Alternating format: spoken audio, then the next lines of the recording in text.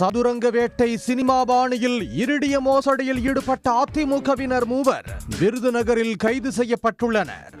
விருதுநகரில் கைதானவர்களுக்கு ரிசர்வ் வங்கி பெயரில் தமிழ்நாடு முழுவதும் பல கோடி ரூபாயை சுருட்டிய இரிடிய மோசடி கும்பலுடன் தொடர்பு உள்ளதா?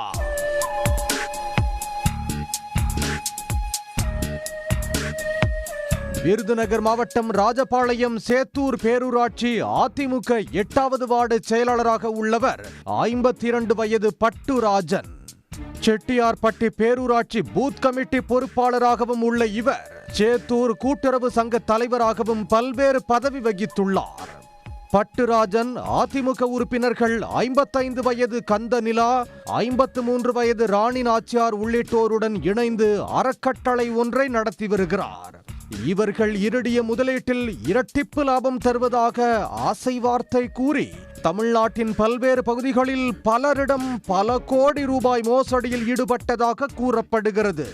இவர்களிடம் 1,38 லட்சம் ரூபாயை இழந்ததாக விருதுநகர் மாவட்டம் வெம்பக்கோட்டையைச் சேர்ந்த பழனியப்பன் என்பவர் மாவட்ட சிபிசிஐடி போலீசில் புகார் அளித்தார். அப்புகாரின் பேரில் பட்டுராஜன், கந்தநிலா, ராணி நாச்சியார் ஆகிய 3 மீதும் விருதுநகர் மாவட்ட சிபிசிஐடி போலீசார் வழக்கு பதிவு செய்து விசாரித்து வந்தனர். இந்நிலையில் நேற்று நள்ளிரவில் அவர்களை கைது செய்து அதிகாலை 4 மணி அளவில் விருதுநகர் குற்றவியல் நீதித்துறை நடுவர் ஐயப்பன் வீட்டில் ஆஜர்படுத்தி சிறையில் அடைத்தனர். இந்திய ரிசர்வ் வங்கியின் பெயரில் போலியான ஆவணங்களை தயாரித்தும் போலி டிரஸ்டுகள் நடத்தியும் ஒரு கும்பல் தமிழ்நாடு முழுவதும் இரிடிய மோசடியில் ஈடுபட்டுள்ளது.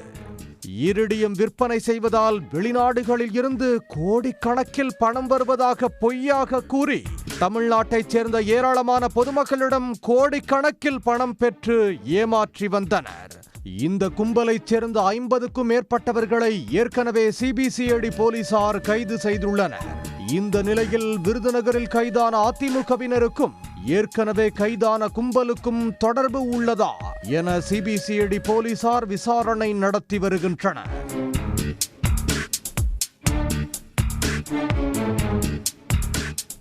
உடனுக்குடன் செய்திகளை தெரிந்து கொள்ள சன் நியூஸ் பெல் ஐகானை கிளிக் பண்ணுங்க.